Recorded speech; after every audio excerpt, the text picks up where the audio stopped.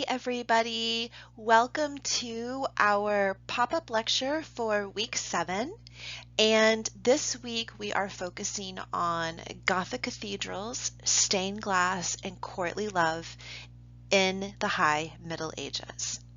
So this is going to be a very short pop-up compared to the ones that I've done for you in previous weeks. So yay, because I just wanted to make sure that I'm focusing on the main things that I want you to take away from each of the modules. But of course, if you ever have any questions that are not being answered, or if you want to hear more about something, please reach out and let me know. I am more than happy to do that for you. So first, what I want you to do is I want you to imagine walking into a building so tall that it forces your body to look all the way up.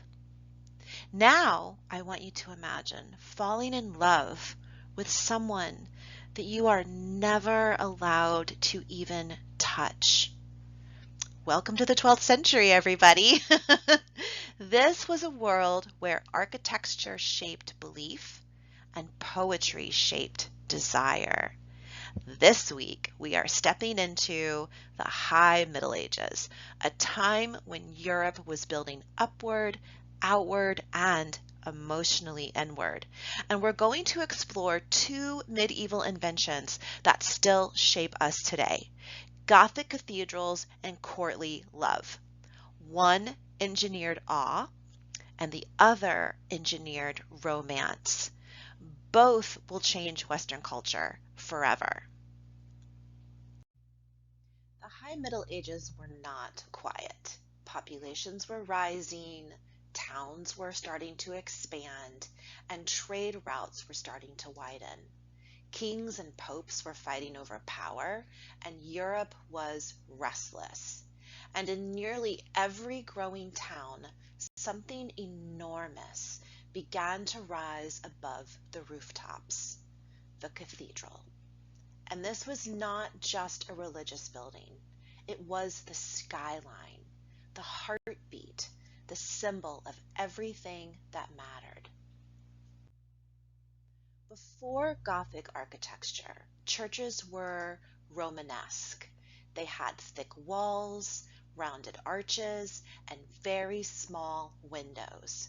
They had very dim, dark interiors, and they felt very cold and solid, protective, almost like a fortress. But they do not feel weightless. They do not dissolve into light. And then, in the 12th century, something changes, not just aesthetically, but spiritually. Around the year 1140, just outside of Paris, Abbot Suger begins renovating the Abbey Church of Saint Denis. He is not trying to create a new style. He is trying to create a new experience. Suger believes that beauty leads the soul towards God, and he believes that light is divine.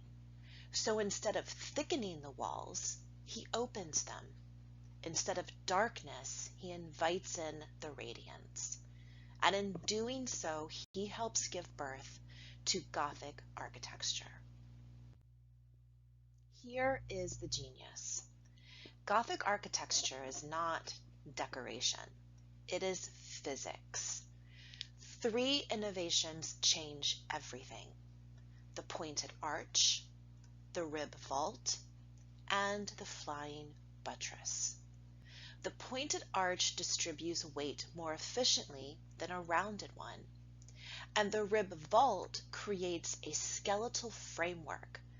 The ribs carry out the load. And the flying buttress transfers weight outward to exterior supports, which means the walls no longer have to be massive, which also means that they can open. And if they open, they can become glass. Step into a Gothic cathedral and your body reacts before your brain does. Your neck tilts upward.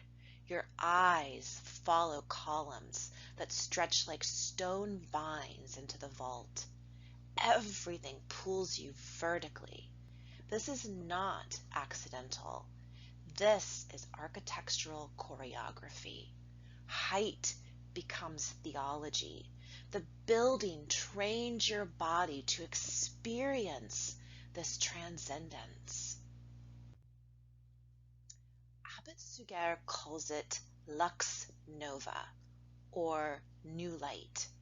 Sunlight passing through stained glass does something absolutely extraordinary. It transforms. Stone dissolves into color, red becomes fire, blue becomes depth. The building no longer feels heavy. It feels radiant. The light is not decoration. The light is actual doctrine. The cathedral becomes a vessel for divine illumination. The Chartres Cathedral pushes this vision even further. More than 170 stained glass windows, stories absolutely everywhere. You see saints, prophets, zodiac signs. There are moral lessons, and for a largely illiterate population, this was not art just for art's sake. This was instruction. The cathedral was a visual encyclopedia, a glowing Bible in stone, and the famous Blue Virgin called La Belle Vierge, who you can see in front of you there, glows like something suspended between heaven and earth. And if you've ever visited the Chartres Cathedral in Paris, I have had the absolute privilege of stepping into this space. And I will tell you that there is absolutely nothing like it. And I'm saying this from a 21st century perspective, someone who has flown in a plane,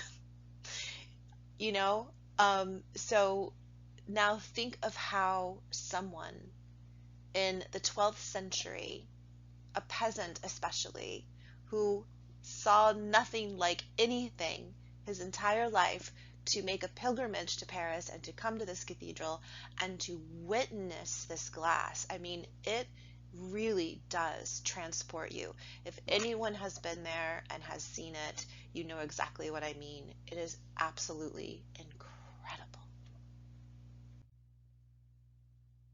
But the cathedral was not only spiritual, it was also civic. Markets gathered outside its portals, pilgrims brought trade and money, legal cases were heard there, bells structured the time of day, and of course, documents. They documented the birth, marriages, deaths. Everything passed through this space. The cathedral did not sit outside society. It literally organized society. So let's pause for just a moment and think about Gothic architecture as this form of emotional technology, how it kind of shapes how you move when you enter the building. It makes you look, and how it makes you feel too, right? It brings out this sense of awe in you just to sort of see the specularity of the architecture and the stained glass windows, the mixture of light and stone.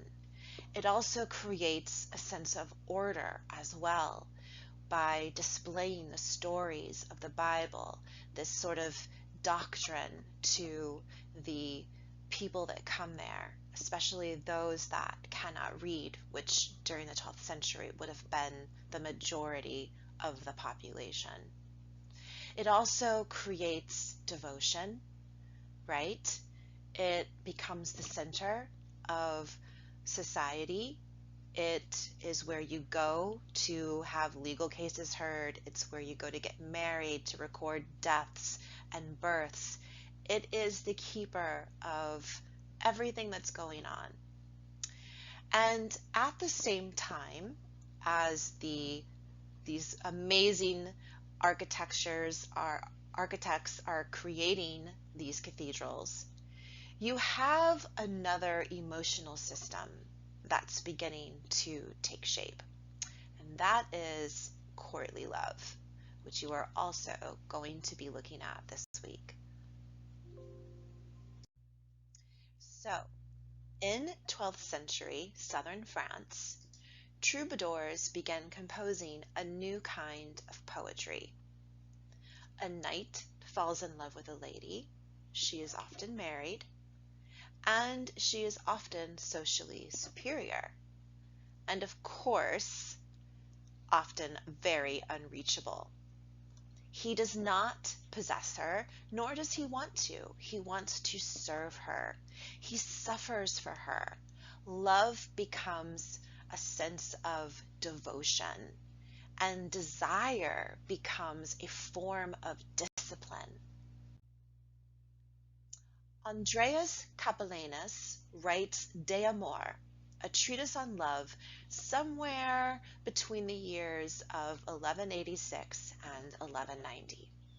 And in this, he writes a list of rules about love. He says that marriage is no excuse for not loving, and one who is not jealous cannot love. He says that love is always either increasing or decreasing. And these are not just casual observations. These are behavioral scripts. Courtly love is a way to codify romance during the 12th century. It tells people how to feel. It tells people how to act and how to perform devotion, much like the Gothic cathedrals were doing as well. So what I'd like to do is I want to introduce you to one of my favorite historical figures, and that is Eleanor of Aquitaine. And one cannot talk about medieval courtly love without talking about Eleanor of Aquitaine. She was one of the most powerful women of the Middle Ages. She was first Queen of France through her marriage to Louis VII, and then later she becomes Queen of England through her marriage to Henry II. She was the mother of Richard the Lionheart and also King John. If you are into medieval history or lore or even movies, you've probably heard of Richard the Lionheart. Her court became a cultural center where troubadours performed and courtly love poetry flourished. Whether or not literal courts of love actually existed, her patronage helped create this environment where women were elevated in literature, and romantic devotion became stylized and codified. But this is where a little bit of juxtaposition, a little bit of tension occurs, because I just said how during the reign of Eleanor of Aquitaine you had this courtly love and ideas of women being celebrated in literature. But courtly love, while it does elevate women in very unprecedented ways that were definitely not being done before, the lady becomes the center of emotional meaning. But remember, in these stories of courtly love, she is often married, she is socially superior, and of course, making her inaccessible. Now, on the flip side, you have the knight. His devotion is intense, passionate, but he cannot fully possess her because she is married and socially superior to him. And that, of course, creates this longing, right? You want something that you cannot possess. And that longing is what becomes the emotional engine of these stories. So while women are gaining this symbolic power, they are still very much operating inside a system largely constructed by male poets. It is both empowering and constrained at the same time. And that tension, of course, is the paradox. So here you have Gothic architecture structuring religious emotion through height and the use of light and stained glass windows. And then you have courtly love structuring romantic emotion through these rules and sort of ritualized devotion. And in both cases, something is elevated beyond reach, right? So in the cathedral, you have God, and in the courtly poetry, you have the beloved, which is the woman. And it's this distance that creates the reverence, the awe, the adoration. And these systems don't just reflect feeling. They are training people how to feel and how to behave. They are cultural technologies shaping identity. So, fast forward to the year 2025. Why does this matter today? 12th century courtly love. Many of the ideas, that were born out of courtly love still undeniably echo in modern relationships.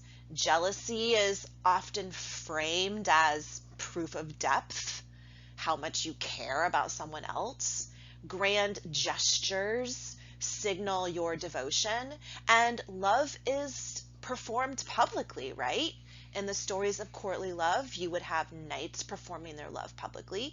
And then today in 2025, even more so, because now your love is on reality TV, it's on social media, and it's on dating apps. You have shows like Love is Blind that dramatize the very same medieval tensions.